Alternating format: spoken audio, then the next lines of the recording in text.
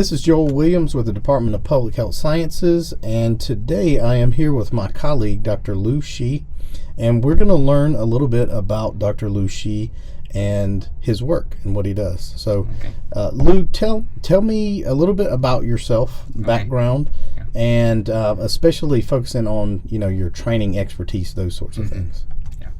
So I grew up in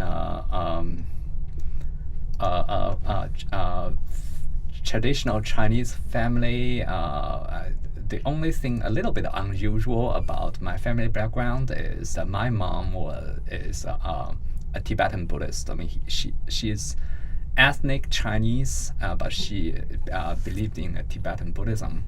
So that I grew up in a family environment, knowing the mindfulness and meditation and those techniques in life, and that helped me, get through the hard moments in life. And so I came to the United States to study mass communication and public health, public policy, and I did my postdoctoral work in UCLA School of Public Health.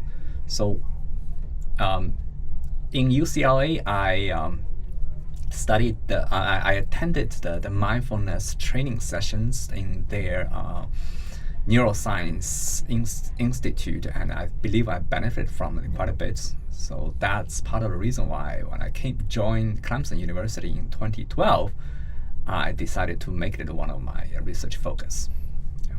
So it sounds like your motivation for getting into mindfulness as a research area started at an early age. You were impacted by that. Then you were exposed to maybe some technical aspects of that later when you were in school. So that tells us a lot about how you became connected with mindfulness and and your interest in that sort of thing. So could you tell us a little bit about what are some examples of mindfulness, and in particular, what are the types of mindfulness you're interested in your research? One way of looking at mindful living is the active engagements and avoid the autopiloting and avoid the negative thoughts, keep it from spiraling all the way into a depression episode. So one example is like we take a lot of things for granted and without thinking much about it. Like the one example is like the common term of the so-called work-life balance. Okay. Well, there's nothing wrong with a work-life balance, and work-life balance is definitely better than the work-life imbalance. However, the very term sets up a trap that makes us believe work is stressful, is drudgery, and life is something that we should strive for and have more of. Okay, that actually created a kind of a self-inflicted pain. When you find out you somehow work more than 40 hours in a week, and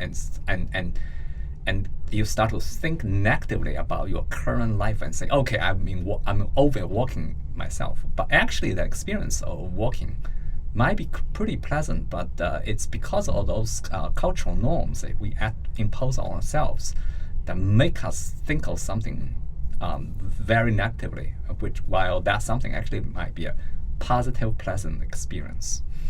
So there are a lot of the mindfulness practice and techniques being taught in those interventional sessions that help us avoid those cognitive and emotional trap. What are some of those techniques? One is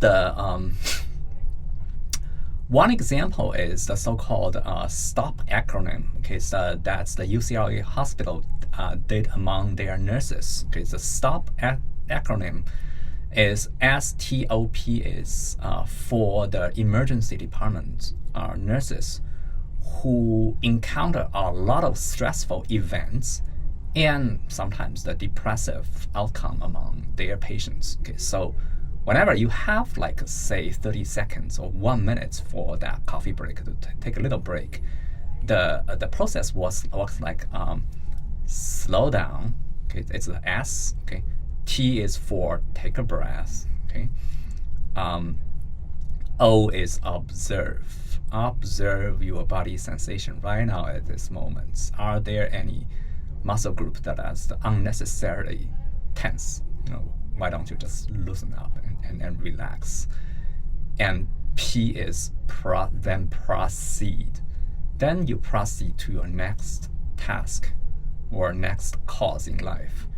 And that, interestingly, that intervention was never like empirically evaluated and published as a peer-reviewed article, but it is something that they find useful. The nurses like it, and they find it useful, and build that into the routine training process for the UCLA hospitals and the emergency department nurses. And I think later it will get to the other departments of physician and nurses. So this kind of mindfulness intervention is very much focused on self-awareness. Mm-hmm. Yeah, it's a self-awareness, and it's sometimes it's keep you from keep some of the negative thoughts that you have just observed from the patient, like that, keep it from influencing yourself, and keep it from spiraling all the way up into a meltdown on yourself.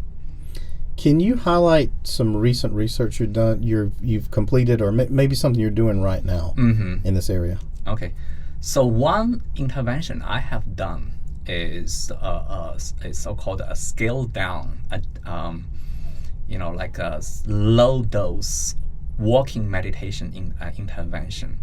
So the traditional mindfulness intervention, the standardized mindfulness intervention was like an 8-week model, and each week there's like 2.5 hours a weekly session, and that's a lot. For people who are busy in their life and people who cannot afford that, make that kind of a long-term time commitment, this is a lot. So I'm adapting it to something much shorter. It's a 4-week, 1 hour per week, and it's active, like mode, meditation in a kind of more active mode, walking. So you get some physical activity while doing this kind of a meditation. So again, it's the whole mindset behind that setup is to save time and reduce the time commitment. Okay, so the result is that like this walking meditation intervention did not significantly increase the physical activity as outcome, but it did lower the stress level of people who get enrollment. That's one example. Mm-hmm. Yeah, the other one is a mindfulness-based cognitive therapy delivered through the telehealth sessions. Okay, so this is something. It's a kind of an intervention I sort of stumbled and mumbled into during the pandemic time. So when the pandemic hits, everything has to switch online, and I have to adapt my otherwise in-person mindfulness-based cognitive therapy session for depression patients into the telehealth mode. So it's delivered through Zoom, okay, and in principle, this is nothing like where you need the coach to adjust your posture very closely. So it should work out, but we're not sure at this moment yet. Mm-hmm. Okay, so this is ongoing in process. Yeah. Okay. Well, this is very informative for me because I knew what your research area was, but I didn't know all of these details about it, and I didn't know about your personal experience with it early in life. So that was really cool to hear about that. So if someone wanted to find out more, or if they wanted to reach out to you, how would email be the best way to contact? Yeah, email will be good. Yeah. And so your email address is what? Is lus@clemson.edu. Yeah, lus@clemson.edu. Okay. Well, Dr. Shi, thank you so much for your time today. Thank you.